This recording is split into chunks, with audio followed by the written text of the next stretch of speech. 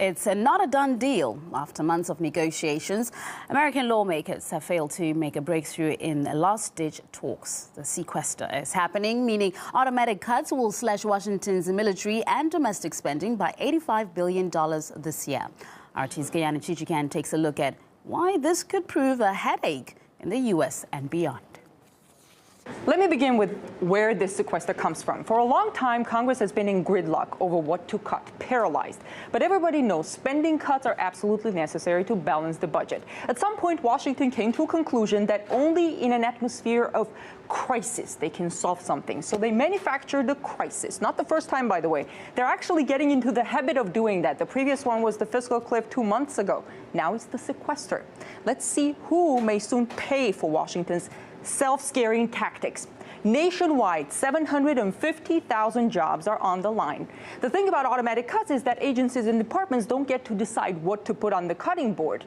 It's supposed to cut the defense funding by 10%. Now, a lot of people think that the Pentagon's humongous budget does need some serious trimming. Until now, Congress has been generally reluctant to do that, and the Pentagon's budget only grew. But the sequester doesn't care what to cut, so it's going to cut veteran support programs and other things that are going to hurt thousands of people in the military.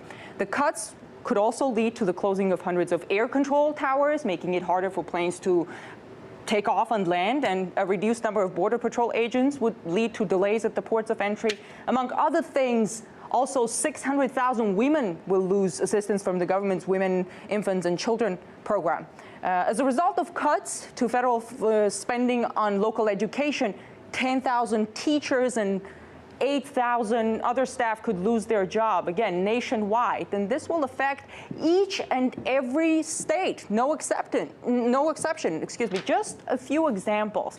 I don't know, let's take Kentucky. 11,000 civilians working for the Pentagon are facing possible unpaid leave there. The state of Illinois, we can take, would see $500 million in cuts to spending for law enforcement and crime prevention. In Virginia, 90,000 civilian Defense Department employees would also be furloughed. And it's not just the states. It's no breaking news that we now live in a very interconnected world, and that this manufactured storm created on Capitol Hill will most certainly cause ripples across the globe. The IMF confirms that. They're saying there will be an impact on global growth. Economists are talking about how vulnerable European markets are. One economist is writing this could further delay the European recovery just long enough for something to go wrong in one country and send Europe into a severe contraction, and that would have a backlash in the US. So pretty powerful for an artificial crisis.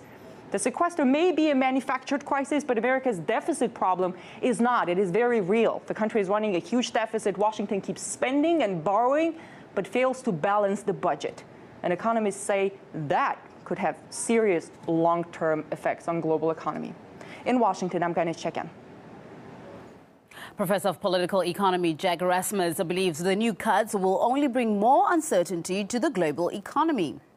I think the psychological effects of America can't get its fiscal house in order will have an impact not only on U.S., as we've talked about, but I think it will cause more uncertainty. You see, uncertainty is a key economic variable across the globe, and I think once again the whole issue of does austerity solve the problem will be a big issue, and as a result, I think we'll turn more globally towards monetary tools, quantitative easing, but that has big problems in precipitating currency wars.